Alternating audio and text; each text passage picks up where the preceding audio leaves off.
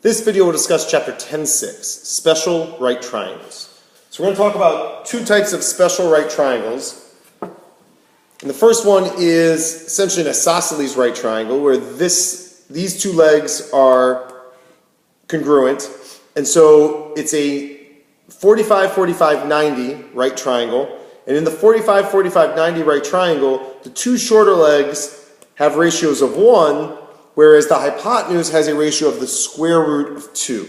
So if you were to double this, let's say make this 2 inches and this 2 inches, then you would have to double this, and this would be 2 times the square root of 2.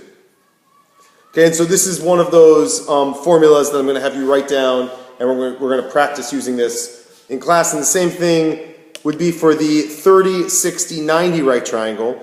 The leg that is opposite the 30-degree angle, so the shortest leg has a value of A. The hypotenuse, which is opposite the right angle, is double the shortest leg. So it is A. If this is A, this is 2A.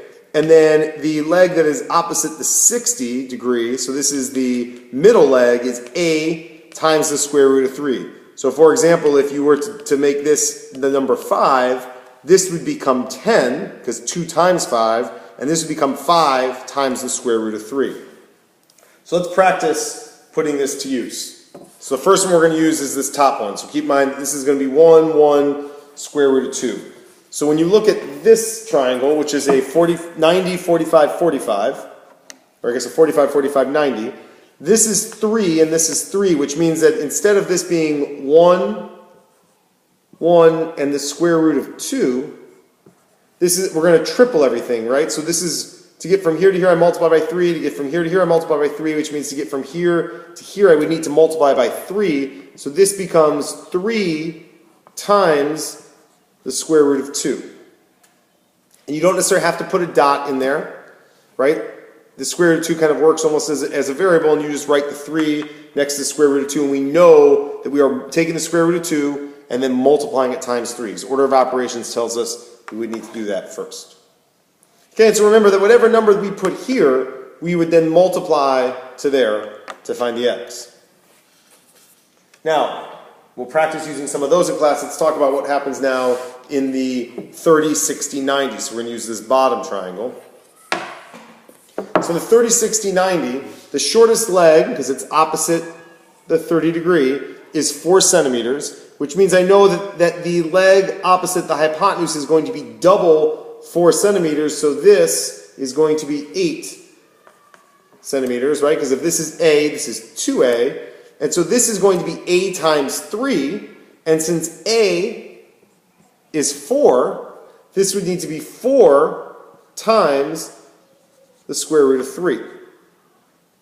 Okay, so this is A, 2A, A times the square root of 3. A, 2A, A square root of 3.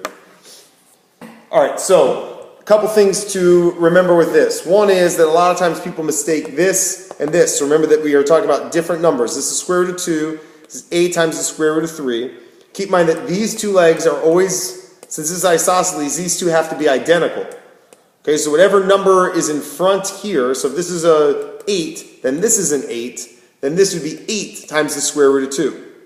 Always. Okay, then over here, whatever number this A, whatever value this A is, whether it's 2, 4, 7, you're then going to take that number and double it to get to here, and then we're going to take that number and multiply it times the square root of 3 to get to here. So the advantage of knowing these special triangles is you do not necessarily need to do the Pythagorean theorem to get your answer. If you do the Pythagorean theorem, you'll end up getting the same answer. It's just this will get you there quicker. So please make sure that you have these two triangles written down in your notes. Alright, that's all we got for you on special right triangles. Thanks very much for watching the video. Don't forget to do the problems on the bottom of the page.